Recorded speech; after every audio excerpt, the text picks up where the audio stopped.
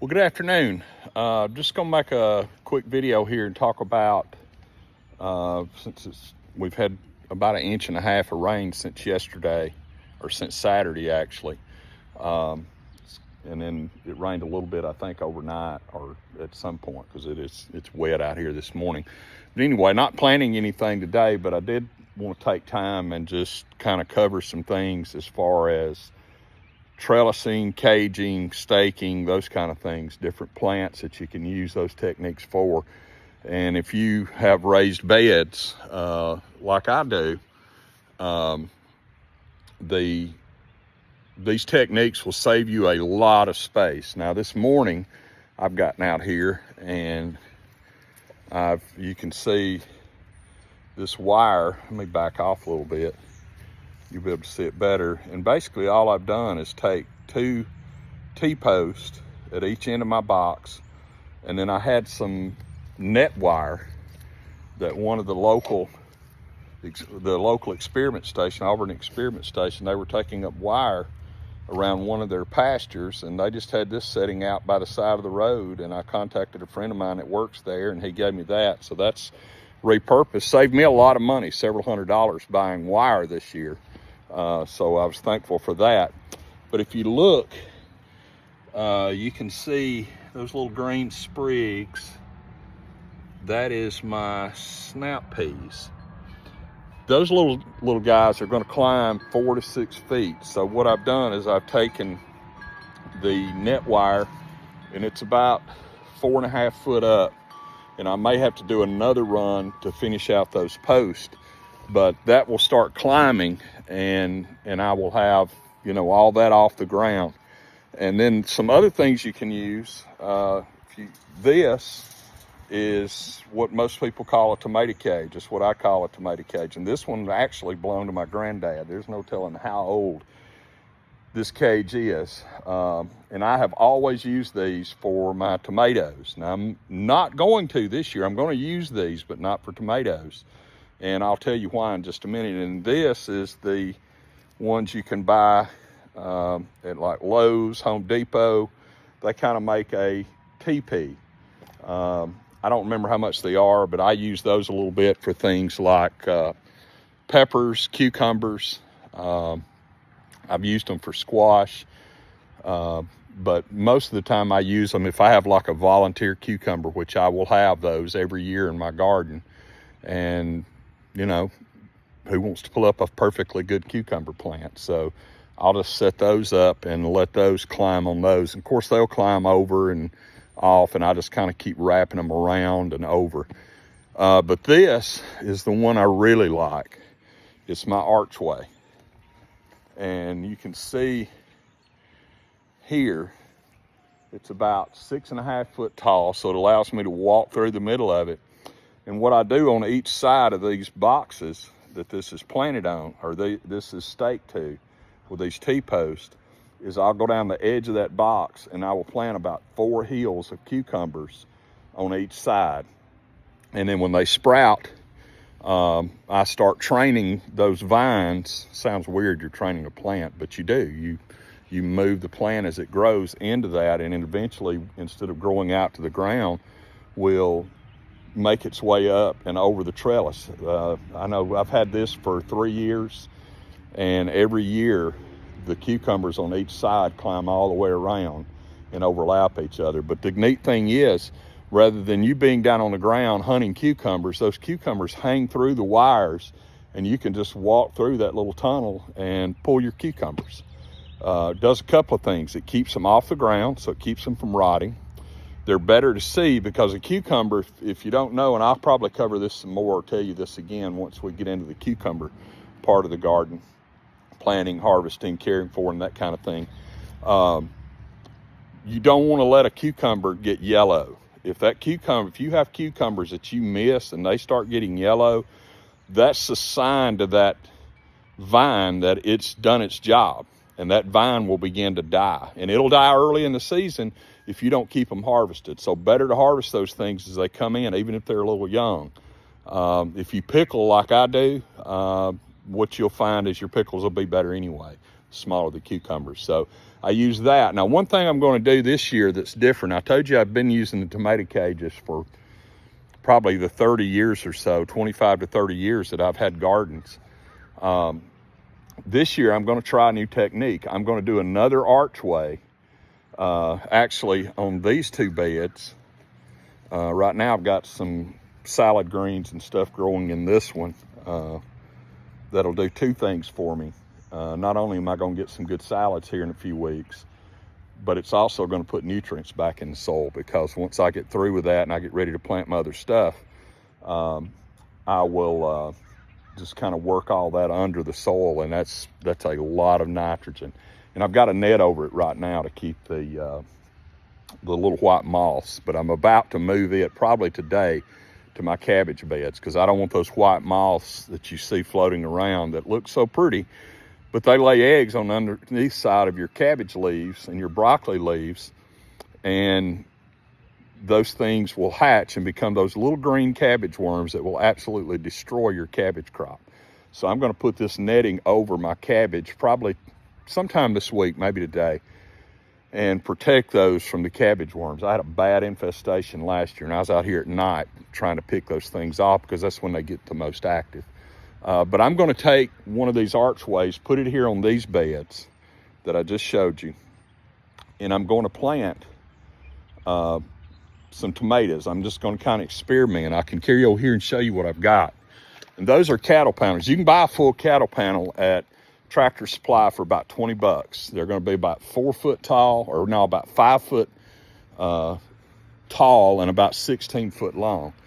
But if you notice, I've got these little narrow ones here. So I'm going to figure out a way to do an arch with those for my tomatoes, or at least a couple of them, and just try those on an archway. The other ones, I'm going to actually trellis. And now I picked up from a friend of mine that did some weddings and does wedding plantings and those kind of things. They had an arbor that they were wanting to get rid of. And let me back off. But these are, see if I can get you a better view. There we go. But I'm going to stake on each one of these with a T-post and figure out some way to attach these. And I'm going to stand them on top of each other. So I'll have to get the long T-post to do that. And I'm going to let my tomatoes run up the trellis rather than doing the cages. Now, why would I do that? Because the cages have worked great. I mean, I have tomatoes running out of my ears every year. I'm giving tomatoes away like crazy. It's two things. I've read, studied, watched a lot of videos and on tomatoes, raising tomatoes over the winter. And one thing that I saw that I really like that makes sense is pruning tomatoes, number one. In other words, you cut all the bottom limbs off that are not producing any fruit. Your tomato fruit mostly are from halfway up on your tomato plants. So I'm going to cut away all those limbs and prune those back. And that's going to increase the energy going to the top of that plant where your tomato fruit are. And that's going to increase the size and the volume of your tomatoes. The other thing it does is it creates airflow. Tomatoes are self-pollinated. They don't depend on the bees and that kind of thing to pollinate like a lot of other things, like your squash and that kind of thing does. They self-pollinate. In other words, through the wind shaking the plant, the male blooms, female blooms, they pollinate, and which produces your fruit. And we'll talk more about the blooms and knowing the difference, because sometimes you have to self-pollinate. If you're not seeing bees and those kind of things, you can actually self-pollinate your squash, cucumbers, and those kind of things. But I'm going to do the pruning, and I'm going to do the archway, and I'm going to do the trellis for my tomatoes. And that's going to, and through the pruning and the trellising, rather than them being packed in these cages, what that's going to do is it's going to create airflow through those plants. It's going to pollinate them better. It's going to make them healthier. It's going to make them disease resistant. So that's the reason for that. So we're going to try that. I hope it don't fail, because tomatoes are my favorite thing to grow in the garden. The crazy thing is I don't even eat the things. But My family loves them, my extended family, tons of friends, and really I enjoy growing the stuff and then sharing it with people.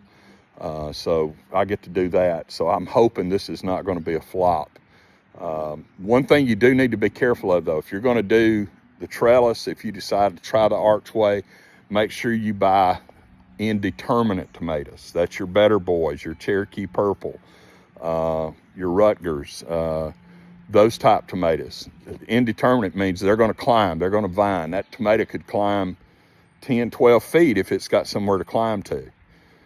Determinate tomatoes, those varieties will only get a few feet tall, and you can just put a little stake in them and they're fine, or you can even let those run on the ground. But your most common around here that people grow are Better Boy, Cherokee Purple, and Rutger, some variation of the Rutger, and of course the cherry tomatoes. And cherry tomatoes are indeterminate tomatoes too. They'll climb from here to the moon. So anyway, we will try that here in just a few weeks when we start setting tomatoes out. The other thing, container-wise, not container-wise, but trellis and staking and that kind of thing that I'm going to do different this year. And you may want to check out some of the videos. One of my favorites on Instagram is a guy that his channel is called Paw Paw Ridge Homestead. Learned a ton from that gentleman. But he stakes his squash. And those squash, he's got squash that grow 8 and 10 foot tall. He has to have a ladder to harvest the things. And he prunes them back. And I started pruning those last year, and it works. I had squash all the way up into the fall, almost to frost. And I think it was because I began to allow those to climb up these cages like I've got from Lowe's that I showed you a while ago. What I did is I figured out a way to extend them up kind of like that at an angle, and those squash climbed, and I had some that were 7 and 8 foot long, and they produced squash. And I kept the lower limbs pruned back, everything from the ground up to the crown of the plant where the squash was making. I kept it trimmed back to just a stem. It looks weird. It kind of made me nervous clipping stuff off these plants, because I've always just let them grow and do what they're going to do. But it ended up giving me more squash and prettier squash and healthier squash. So anyway, that's just a few things I've got going on. Things are growing good. My cabbage, kale, radishes, onions are looking great. They're starting to green up and grow a little bit. I'm kind of intrigued by this. I left this little plant in this pot. I bought this last year at one of the nurseries. It's a butterfly bush, and it was just a stick. It went dormant, and I thought, well, I'll leave it and just see what happens. And it's starting to come out and put leaves on, so I'm looking forward to that. I'm a proponent of planting things for pollinators. Take care of the bees. Bees are so important. So anyway, that's all I had today. I just wanted to show you those things. Kind of wet. Was hoping to get to put some lettuce and some of the more cooler weather crops for early spring in the ground, but just a little wet today. So maybe tomorrow, just according to what this weather does. But anyway, thank you guys for watching. As always, if you have questions, you can reach out to me on my Facebook page. My Facebook page, you can find it. It just simply says Keith Crouch. And you can just search me, send me a friend request. And, you know, as long as you're not creepy or something, I guess, I'll accept your friendship. And you can follow it on there. I post these videos there as well as my YouTube channel. Don't forget, if you watch my YouTube channel, do me a favor, subscribe, hit the like on the videos, and hit the notify bell, and it'll let you know when I'm posting a new video. But until next time, happy gardening.